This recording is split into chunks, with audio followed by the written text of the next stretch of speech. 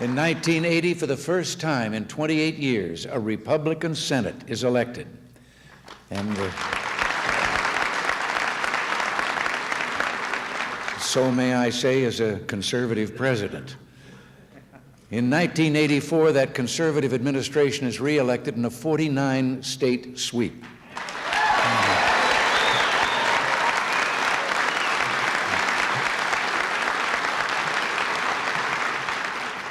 And the day the votes came in, I thought of Walt Whitman. I hear America singing. This great turn from left to right was not just a case of the pendulum swinging. First, the left holds sway, and then the right, and here comes the left again. The truth is, conservative thought is no longer over here on the right. It's the mainstream now. But while official Washington always underestimated our cause, some of the shrewder journalists did over the years sense something astir in America.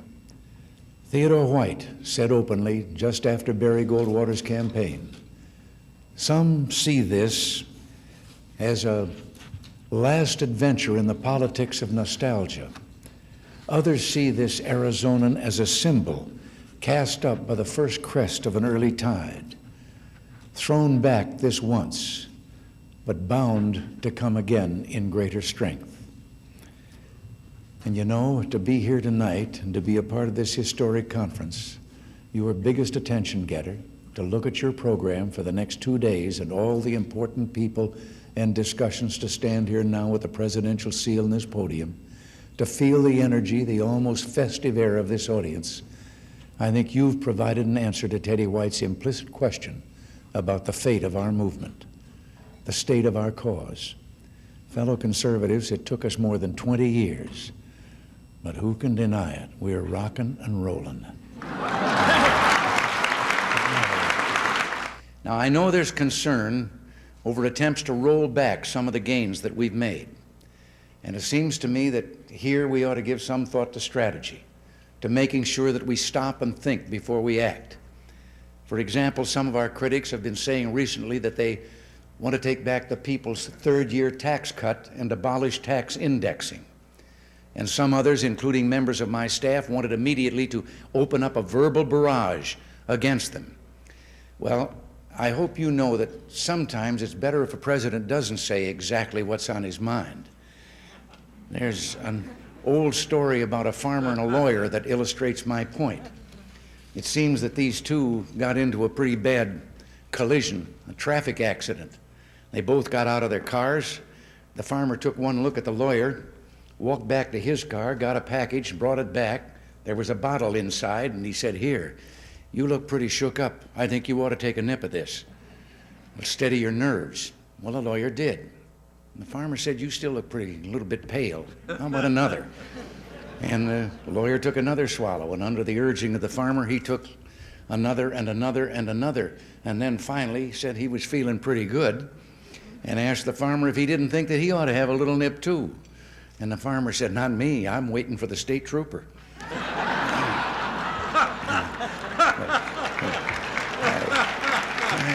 So I say to you tonight that the vision and record that we will take aggressively to the American people this November is a vision that all Americans, except a few on the left, share.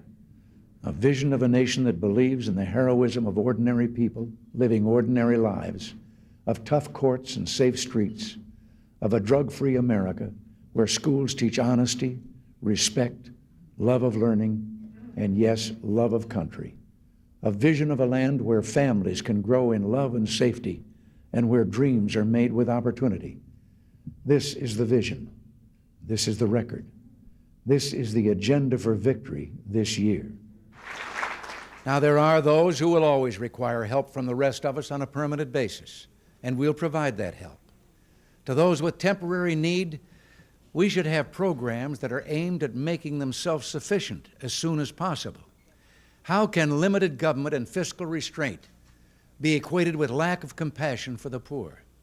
How can a tax break that puts a little more money in the weekly paychecks of working people be seen as an attack on the needy?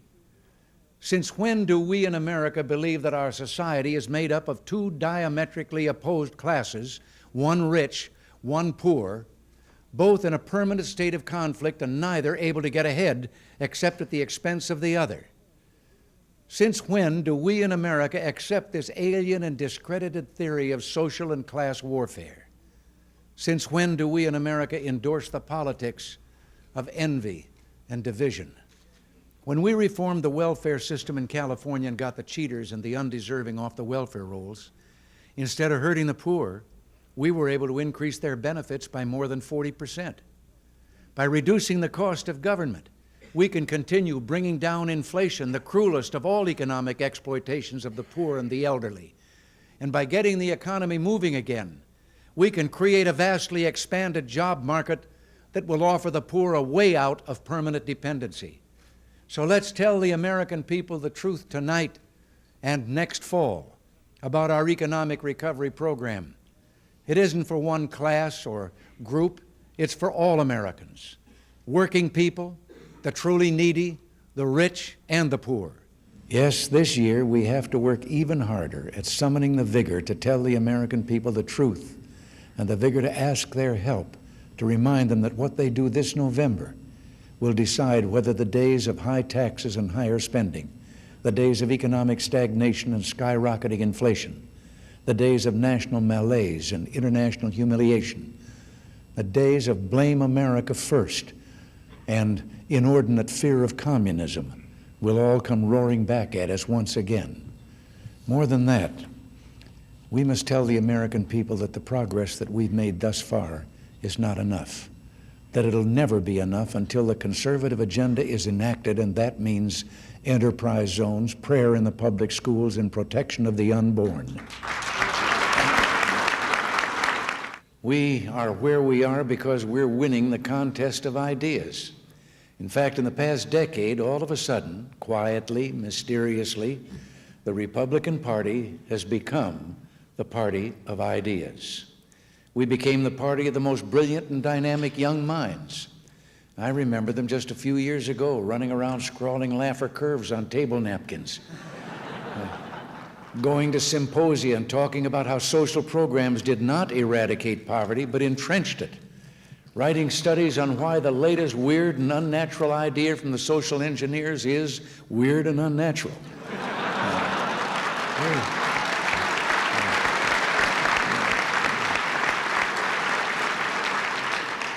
You were there. They were your ideas, your symposia, your books, and usually somebody else's table napkins. Conservatives are working for a society where children are cherished and in school are taught not only reading, writing, and arithmetic, but fundamental values as well. And in striving for this, we will not compromise in our commitment to restore the right to pray to the school children of America.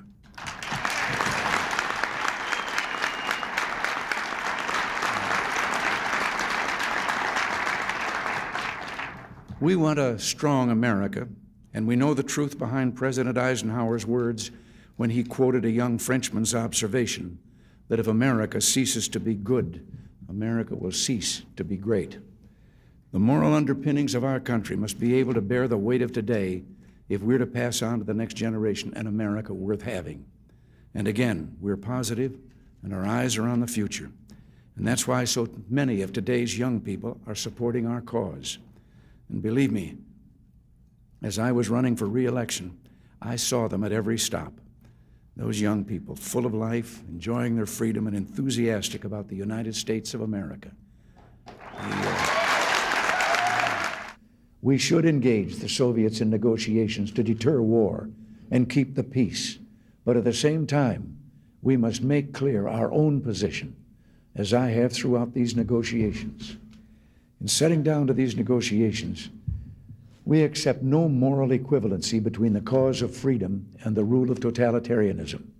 And we understand that the most important change of all is this, that containment is no longer enough, that we no longer can be satisfied with an endless stalemate between liberty and repression, that arms reduction negotiations, development and testing of SDI, and our help for freedom fighters around the globe must express the clear goal of American foreign policy: to deter war, yes; to further world peace, yes; but most of all, to advance and protect the cause of world freedom, so that someday every man, woman, and child on this earth has as a birthright the full blessings of liberty.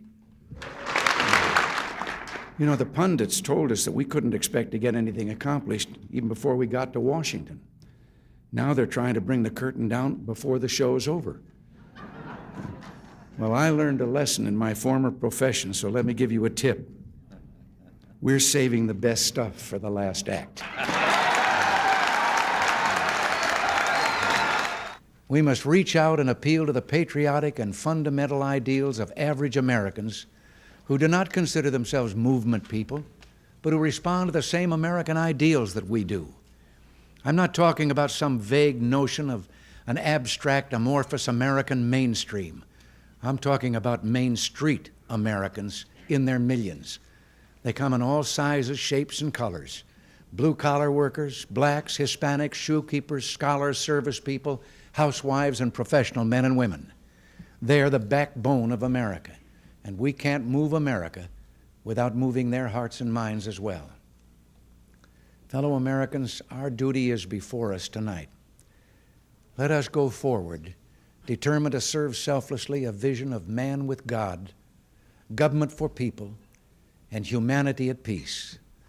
For it is now our task to tend and preserve through the darkest and coldest nights that sacred fire of liberty that President Washington spoke of 2 centuries ago, a fire that tonight remains a beacon to all the oppressed of the world, shining forth from this kindly, pleasant, greening land we call America.